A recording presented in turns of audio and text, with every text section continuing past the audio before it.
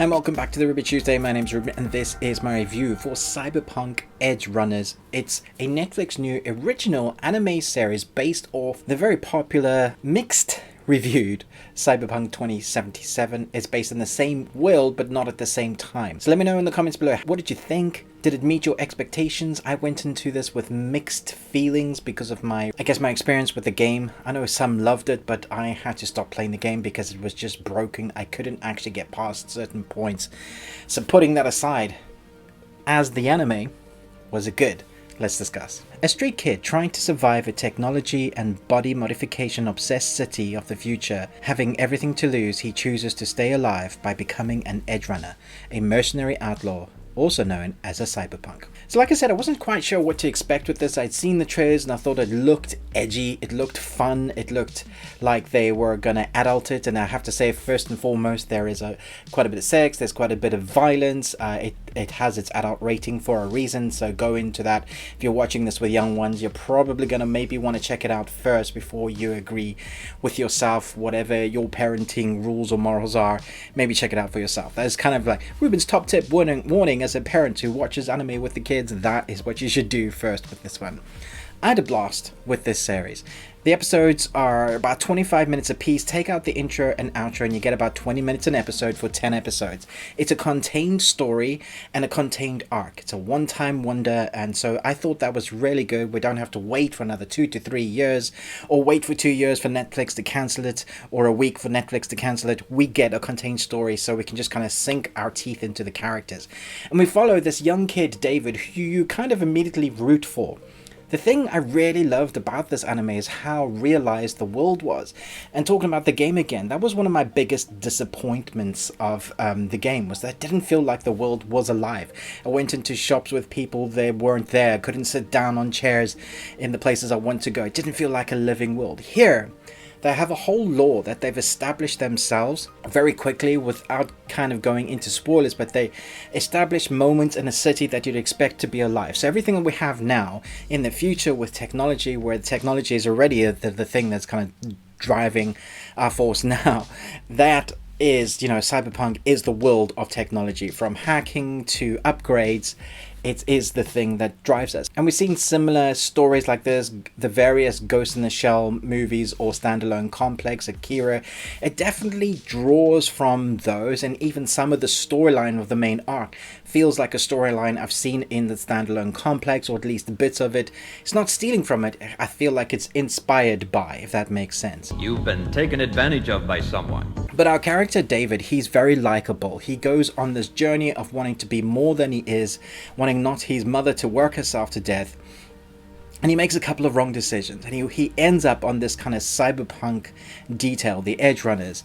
And as he gets modifications, you see him making choices that his mother probably wouldn't agree with, but you know the reason why. You understand the reason why. You are rooting for him to kind of win at the end of the day.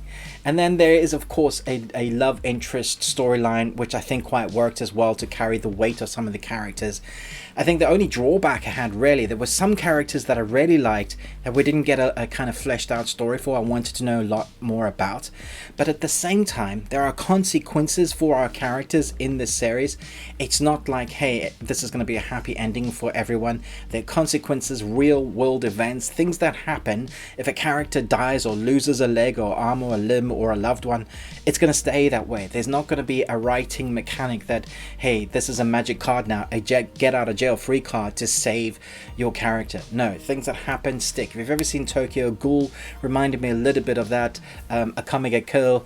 There are moments in anime where you're like, oh, I really want that character to live, but they don't. And if they did live, it would take away the effect, the gut punch from the story that was driving it. The willingness, as Stephen King would say, is to kill your darlings, is a thing in this anime. So once we start getting to grips with what the story is, how great the animation looks, the score running with that animation action sequences, because you've earned it in the background story that they've given to our main protagonist. But once things start happening in the arc as it moves along and we start losing some of our characters, you feel it. You really are there with them. You're like on the edge of your seat going, no, don't let this happen. So when we get to the end, it's a bittersweet storyline ending, because You totally believe that that would be the actual ending, the way they've written it. You also wanted it to maybe be that Hollywood ending because you were rooting for the characters, but you kind of are also satisfied with how the ending went. And that for me is like Edgerunners in a nutshell. They cultivated a world so you could sit as a viewer watching your characters progress and it was believable. There's a lot of moments when our characters need to get upgrades that are pretty cool. You want to see what they're doing with that. Remember Neo from The Matrix and he goes, upgrades. Upgrades. It's kind of that kind of moment. There are really cool moments.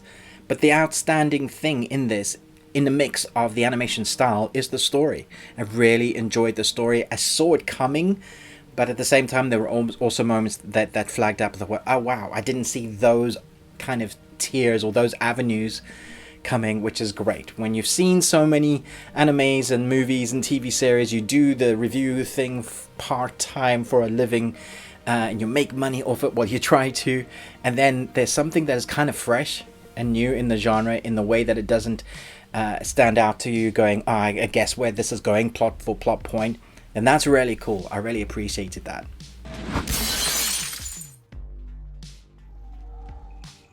The best way for me to describe this is if you took a bit of Ghost in the Shell, Deus Ex, Cyberpunk, and put it in an anime, then that's what you're getting. And I really want more, but I want it to be a different story, or perhaps a side story of a character that was in this story, another fleshed out story. I think they could totally do that, but this is a contained unit. I don't want anything more or different from this. I think the animators outdid themselves. The score was fantastic. From the score to the soundtrack kind of melding together. By the time you get to the 10th episode, you're loving the theme and you know it well when it's kicking in. The action sequences are complemented by the actor's voice work, both in dubbing and subtitles, which are excellent. The original is always best to go with, but if you can't handle reading, then you'll know some of the voices that you hear in English. They've spent money on this and time, and now we finally have it, and I thought it was damn cool, really fun, and it has a gut punch. Definitely worth checking out. I'm going to give this 5 Nicolas Cages out of 5. Let me know your thoughts down below. What is your favorite cyberpunk story you've seen so far in animation or in like live action film or TV series? Love to know your recommendations down below. Don't forget to check out our other cornucopia of content, but most of all, until next time, remember, live long and Tuesday.